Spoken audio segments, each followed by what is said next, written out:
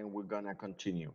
Now, in week 4, guys, we had classroom culture, okay? Do you remember what is classroom culture? In your own words, what is classroom culture? Any idea? Mm-hmm. Monica, what do you think classroom culture is?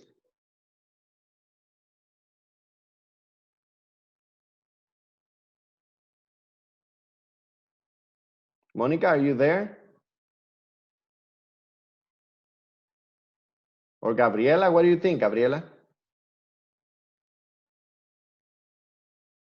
Okay, I remember that something like classroom culture is about the variety of the students that we're going to have in a classroom. Okay, thank you. Right? Lily, what do you think? Well, for me, what I learned about this class is that the classroom culture is when we as teachers can create a good environment for students. Try to be, I don't know, I don't remember how is this word, but to make them feel comfortable in the classroom and make them feel important. All right, excellent. Yeah, all your opinions were really good. Classroom culture basically focus on creating a positive and safe environment for students. Yes, a space in which they feel free, they feel safe, and a place where they don't feel afraid of making mistakes. Okay, and getting a really good classroom culture is not easy, because in a classroom or in a group of students you're going to have different learning styles, different behaviors, different personalities, and it's going to be tough. However, it's not impossible. Okay, so as teachers, one of our jobs is to get to know your students, like get to know them and learn their strengths and learn about their weaknesses as well. Also, to tell them that it's okay if you make a mistake. You have to explain them that it's all right if they don't know something, right? Because they are there for learning, they are there for uh, acquiring something, you know what I mean? Like, it depends of the age, right? But they're going to be there for improving something. um, Most of the classes, or most of the teacher, sometimes they forget about it because they are consumed for negative attitudes, and having a negative classroom environment, that's not good. I mean, that's not something positive for anybody, because that allows a lot of things, allows people to bully other ones, allows people to not participating because they are afraid of other people or other students that laughed about them, etc. So there are some tips that I gave you about classroom culture, right? I gave you some tips. I remember that also I assigned you a homework about creating a mind map about it. Some aspects, in order to create a good classroom culture. And going back to the concept here, it says that classroom culture involves creating an environment where students feel safe and free to be involved, right? It's a space where everyone should feel accepted and included in everything, For example, a good example, well, a good example of classroom culture would be making everybody participate, in an activity, for example. I cannot only say, okay, Lily, you are going to participate in this time, because you are very smart. Okay, and you're gonna be giving us an example and blah blah blah. And every time I just say Lily. So that wouldn't be a good start because it would make other ones feel that Lily is superior and she's better than the others. You know what I mean? So taking everybody into account in the activities, for example, it's important. Um, of course, you're going to face a lot of challenges, such as bad attitude, bad behavior, lack of motivation. So, and that's gonna be our everyday fight. You know, that's gonna be our fight. Finding out how to interact, how to engage students in their learning process. You know, so this is not easy, guys. This is not something that is gonna be worth it the first day of class. You know, this is gonna take time, and it's gonna require a lot of effort. Okay, it's going to require a lot of effort, and it will also make you feel tired. However, it's worth it at the end. Some tips that we were mentioning here in this theory, it says setting rules. However, I explained you that it would be better to have agreements rather than just tell students that they need to follow rules. Because humans, you know, sometimes um, we tentate ourselves when we listen to the word don't do that, don't jump, don't scream. And you know, kids, they like to challenge you and they do it like that. So it would be better if you have agreements with them, you know. um, Make it clear for all students, you know, there are values. So you will basically tell and treat students equally. Okay, you're going to treat them equally even if they are like Afro-Americans, if they are white, if they are Spanish, you know, whatever they are, you're going to treat them equally. Okay, so if you treat them equally, then that would create a nice classroom atmospheres. And here inclusive education takes part into this. Okay, um, here it says that do not go to the administration's office for a problem. You can try to solve it in the classroom first. Now, if it is really, really serious, then you can go to the administration's office, you know. So those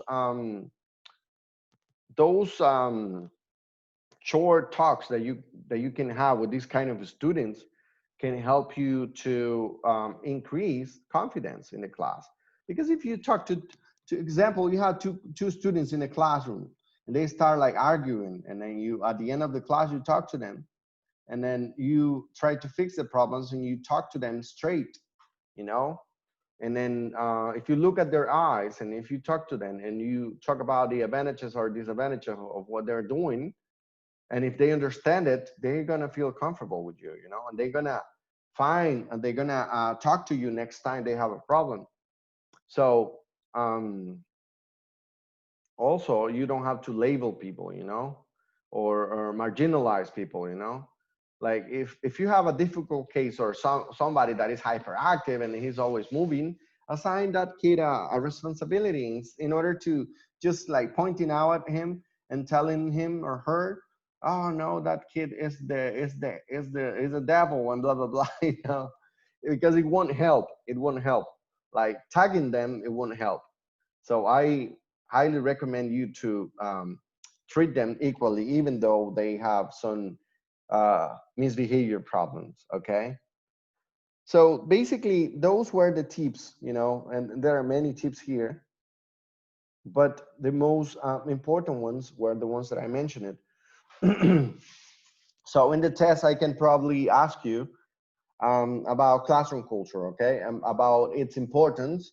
And obviously, you can give your point of view about how to implement classroom culture.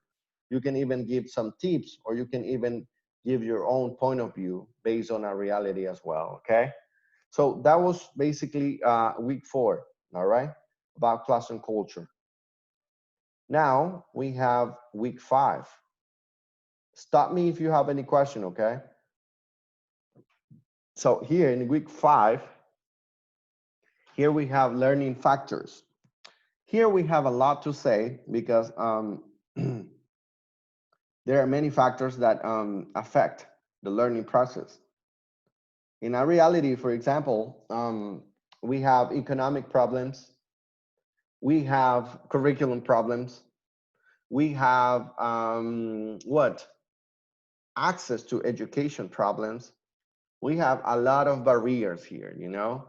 And in this topic, it is important for you to think about our kids, okay? Especially nowadays, especially right now in this pandemic. Many of you, and you're not gonna let me lie.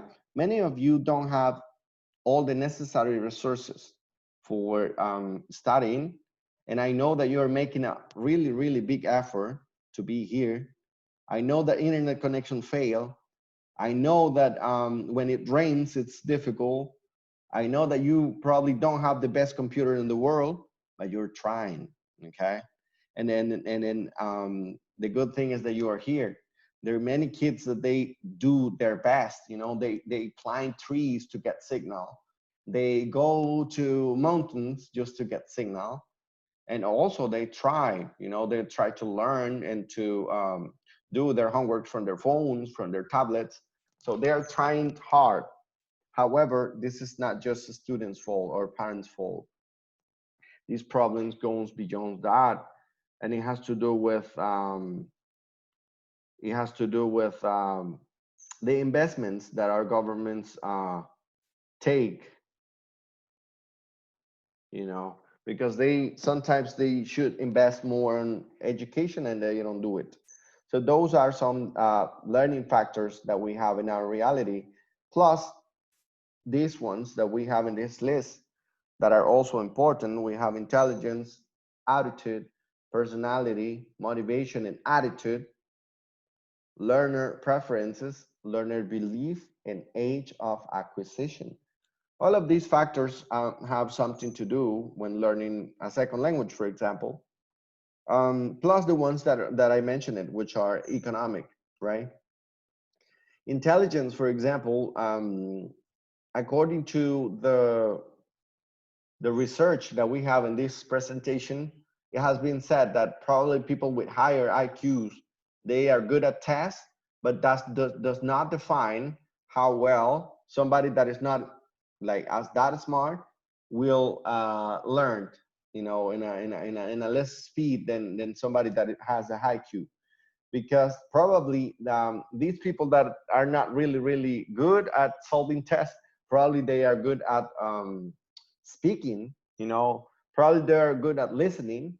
So in this way, this does not determine how somebody is going to perform, you know, in the acquisition of a second language. All right. Then we have the attitude or the skills that a person has, you know, and personality as well. Um, when you're learning English and you're very shy, then you have to know that for learning English, you need to speak and you need to practice. Otherwise, you're gonna be good at grammar, you're gonna be good at listening, and probably you're gonna be good at reading. But if you are shy, probably you are not going to be good at speaking. So some people that have a personality like that, then they can change, because I know some teachers that they are very quiet, but when they enter to the classroom, they transform themselves, you know, and they start moving and they start being dynamic and all that. So it has to do with personality, and we can modify that. We can modify it when we are in the classroom, you know, we can learn how to deal with it. And personality, yes, is a factor that affects learning, because if you don't practice, you know, if you're afraid of practicing, making mistakes, then it will be difficult to learn easily. Motivation and attitude as well. Like if you're not motivated, if your attitude is like, ah, oh, how boring, or if your attitude is like, ah, I already know that, you know, every day you learn something new. Even if you are listening to the same information, you can learn it from different perspectives. Okay, so having a good attitude and also um, the correct motivation would help in the learning process. That is key when you are teaching. That is key also when you are learning. Okay, also the learner preferences, because there are two types of learners: the ones that are sent by their parents and the ones that wants to learn. For example, if a student wants to learn, his attitude and motivation, it's like this. It's they ask questions, they participate. But when they are in something and they don't want to participate, they don't want to be there, they're not enjoying it, that is because they don't want to be there. And probably their parents want that person to develop one ability in language. However, they don't want to be there. They don't enjoy it. Another thing are the beliefs. So if students have some beliefs that can affect the learning process, I mean, it's something that we should take into consideration as well. Some beliefs, are also, they also damage the process, the learning process. For example, if you are not used to read, or if you're not used to go out of the comfort zone because of your belief that you say that that's enough, that's okay, only with the class is fine, then that would limit your learning process, right? And then we have the age of acquisition. In this part, we were talking about kids, right? And we, as a conclusion, we mentioned it that the age can affect sometimes, but in a different way. For example, kids, they can acquire a more native accent, but probably they won't pay attention to the morphology or syntax. Kids, they don't care about grammar, about signs, about punctuation. They don't care.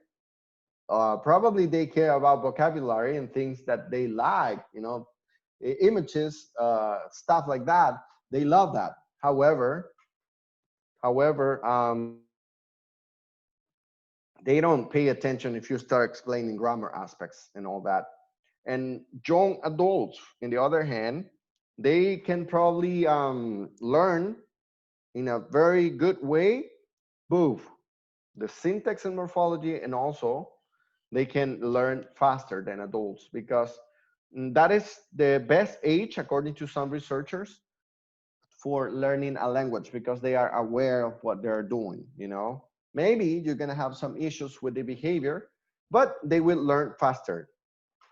And at the end, we have adults. With adults, one thing that is good to keep in mind is that they like to know why they're learning something.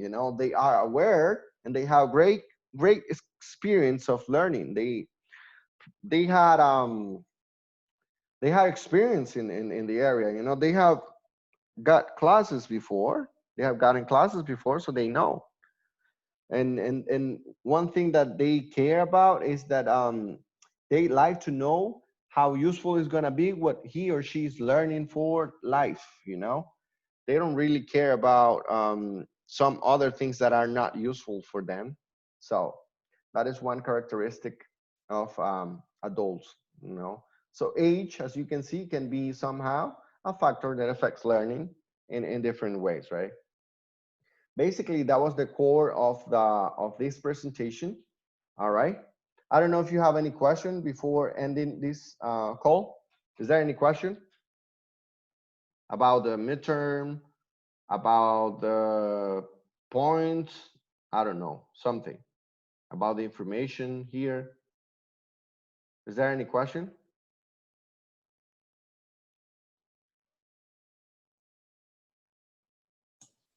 No. No questions. Okay. All right. So if somebody got a question or something, and for any reason you didn't want to ask here, you can text me, okay? Or you can write in the chat. Um, the deadline for the midterm is Sunday. Okay, Sunday. It's gonna be available until Sunday, until midnight. So make sure you answer it before. You have plenty of time for answering the test, and also you will have 2 attempts. Okay, so if you didn't get a good score in the first attempt, then you can take it again and improve your score. Okay.